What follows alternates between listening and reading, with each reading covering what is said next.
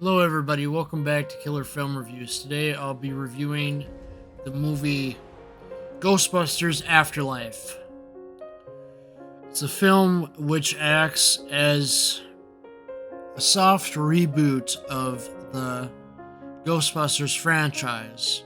Now when I say soft reboot, it means that some characteristics of the franchise will reappear while others will not. Throughout this entire movie, I did not really see much references to Ghostbusters 2.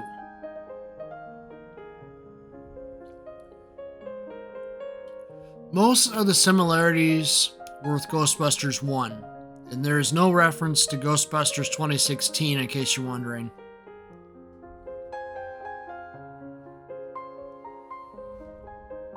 One of the things that I really liked about the film was that it took time to really slowly build itself up and really just get you introduced to the new characters. If Phoebe, who's a scientist, is like a scientist's daughter, she's curious, she's interested in mechanical things. Right at the beginning of the film, you see her tinkering around with their power in their apartment because they're about to get kicked out, basically. And yes, I will be talking about spoilers in this review. It's just how I am. So there's your spoiler alert there. So one of the main things that you notice right away is that they're in this situation where they have to move because they're getting kicked out and they got an inheritance, right? So they go out west to some place called Somerville. And right at the beginning you notice that there's these earthquakes which keep happening. Keep happening about every so often. They just shake everything when there's no fault lines in the area. So they just keep occurring occasionally throughout the movie. Though to my surprise, no pink slime, because when I think of earthquakes and Ghostbusters, I think of Ghostbusters 2 and the pink slime. Well, giving away too much of Ghostbusters 2 there. One of the first things you notice in the film is Egon. Egon is the grandfather in this movie. He's the mysterious grandfather that lives in this house. He captures one of Zor's gatekeepers. I believe, if I remember correctly, it's gatekeeper and then the key person. Basically, you need both. You need the key, and then you need the gatekeeper to open up the gateway to Gozer. Gozer does return in this, which is a good thing. I welcome that.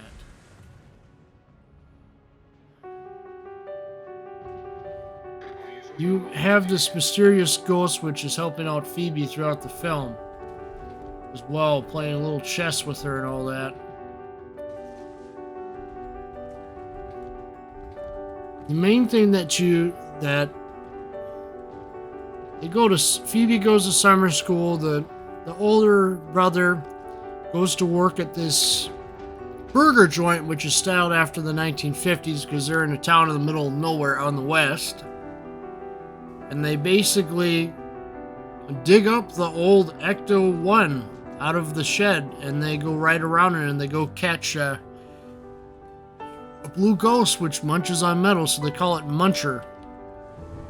And the Muncher likes to just go and munch on metal, and he's like spitting bullets at him, and it's kind of hilarious, at that part of the film.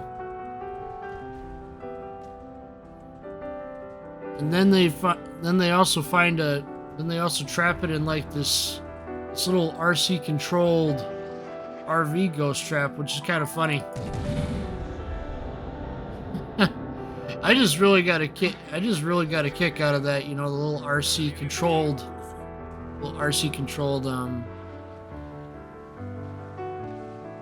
ghost trap, And they uncover.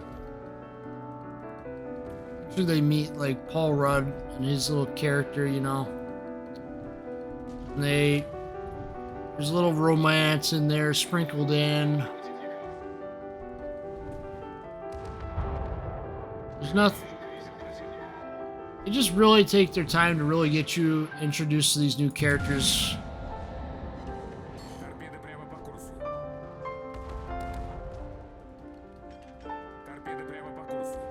There's no,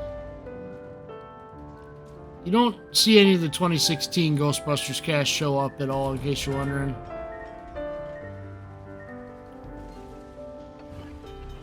Slowly throughout the film, you kind of see some of the events repeat themselves from the first film. You see the similar plot lines. If you've seen the first film, or you haven't in a while, it's a good time to get caught up on what happens in that film. Some old characters do return, some don't. I don't really want to give away that part of the film, because I find it to be really epic. Really, around the third act, they come back. You got Gozer coming back, little mini marshmallow men like you saw in the trailer. No giant marshmallow man, in case you're wondering. That's safe for Ghostbusters 1, so go see Ghostbusters 1. I'm gonna go see that film.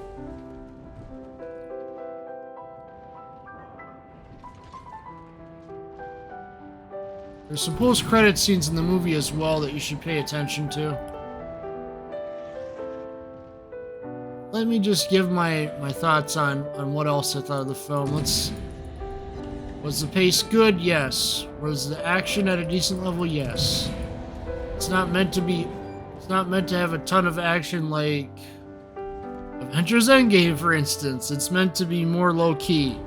So it does take its time to build up, but if you've ever watched the YouTube channel, you know, The Critical Drinker, I'm sure he approves of this movie. I approve of it. It's really good. It's one of the best films I've seen in a while. There hasn't really been anything to see in a bit.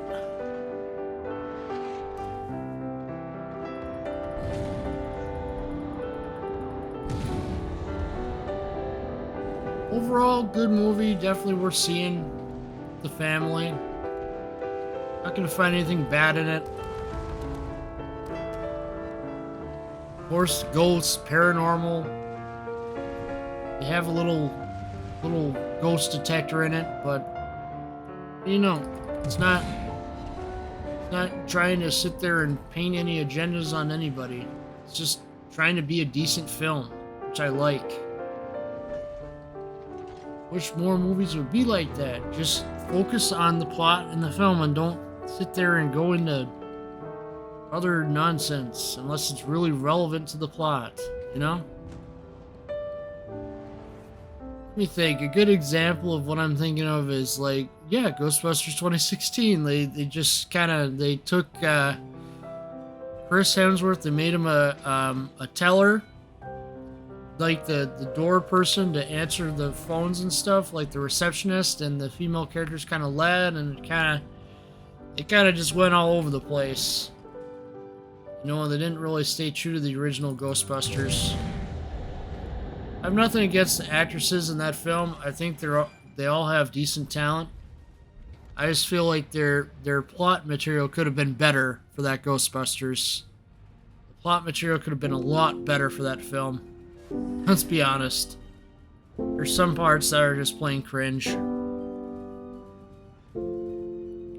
As for how Ghostbusters Afterlife stacks up against the original two movies, it stacks up pretty well. You could think of Ghostbusters Afterlife as a, hey, it's been 30 years. This is what our characters have been up to kind of a movie in some ways. As they go into a little bit of that, but not as much as you would want them to. I suppose they're going to be saving that more for the next film that they come out with, because I'm pretty sure they're going to continue up with another film that's doing really good at the box office right now. I really think they're going to dive more into perhaps what our main characters have been up to in the film after. You learn some surprising things in the post-credits scene, so you're going to want to stick around for those. I'm not going to give those away, because they're really good. They keep things simple enough.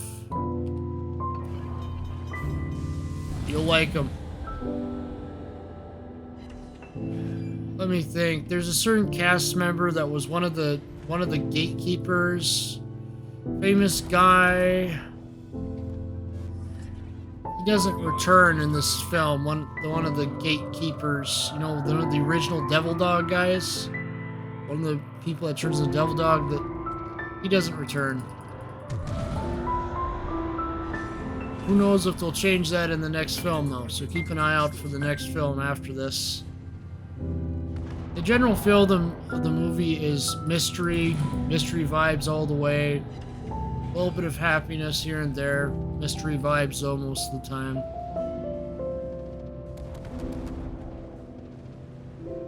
The intro sequence for the whole film, you know, that's something I don't want to give too many details away about, but it's really good. It's really good.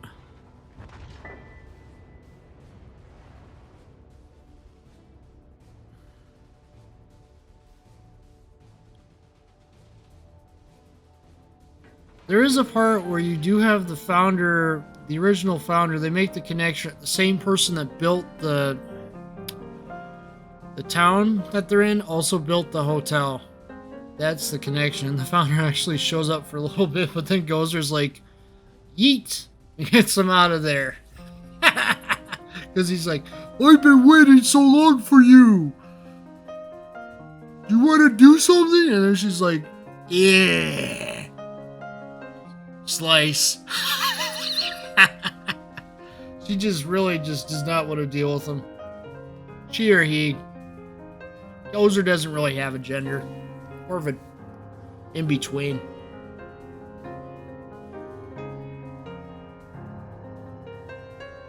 But yeah. The mine shaft in particular, you're going to want to pay attention to that in the film, because that just really completely transforms into an impressive structure. You want to pay attention to that.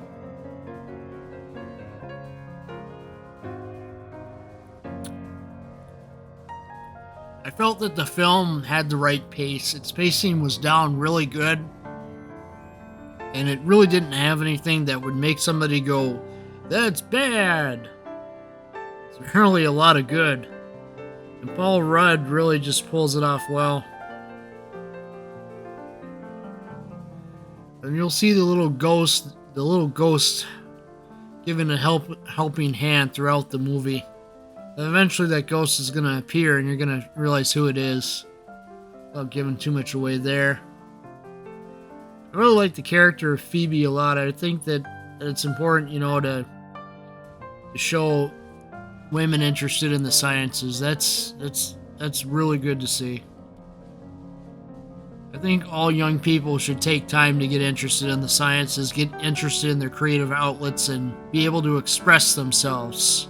You know, that's important. Being able to know who you are and take time to do that, especially when you're young. I can't say that enough. You got to take time to know yourself, to learn, explore your passions, figure out what you're interested in, figure out what you want to do. And don't let the adults sit there and push you around into making a decision right away. Don't wait too long to make a decision. Okay? Gotta just find what you're passionate about. Ghostbusters, A+, 10 out of 10. Good film. No issues with it.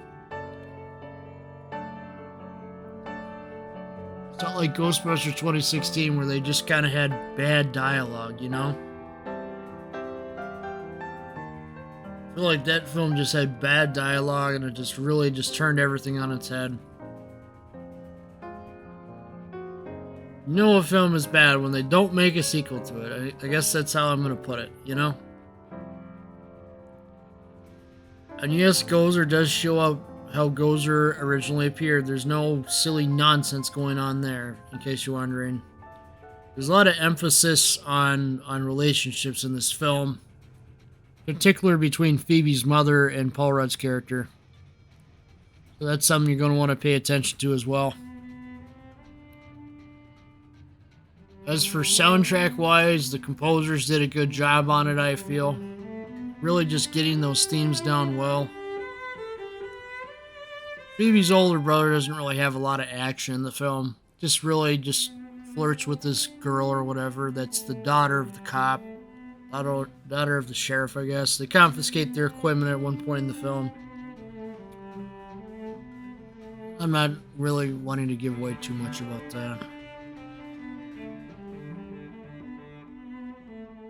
I guess one of the things I was upset about is that there wasn't any references to Ghostbusters 2 at all. But I guess that's kind of probably for a reason. But when I thought of the earthquakes, I was like, oh, is the pink slime going to appear? Is the pink slime going to appear? And then it never appeared, and I was just like, ugh. I thought that maybe they would have wanted to at least mention a thing or two from that movie.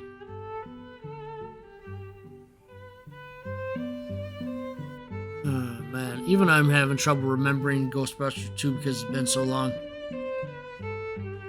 But definitely you're going to want to rewatch the Ghostbuster 1 if you haven't already before going to see this film, because that's where it mainly continues on continuity-wise. Ghostbusters 2 is not really mentioned too much in this, but it's probably a good idea to watch that as well. Ghostbusters 2016 really has no relation to this film at all.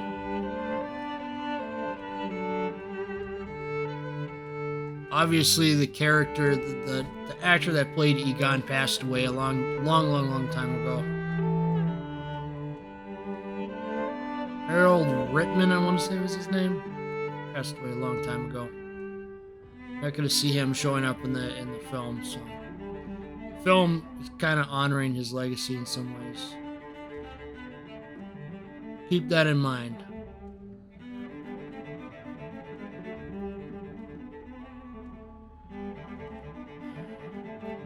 It's unfortunate that we couldn't get something like Ghostbusters Afterlife into production sooner, but better late than never, as I say. You know? Better late than never. Alright, so, basically I had to deal with the nonsense from a silly, mischievous cat going inside my closet and all that, so... recording audio over this now, but I hope you enjoyed this review of Ghostbusters Afterlife, and hope you go out and see the film. Normally Marcus Movie Theater has their $5 Tuesday promotion going on, usually every Tuesday. So I would go out and see this film before it goes out of theaters, because I'm not sure if it's going to be on streaming services or what, as it tends to vary with a lot of films. But overall, I just hope you got some enjoyment out of this film, and I just want to encourage you, to just please like, watch, and subscribe to support this channel and my main channel, Landedkiller Show, just so I can continue putting out good film reviews just like this one. I hope you all are having a decent day today. Thank you for watching this.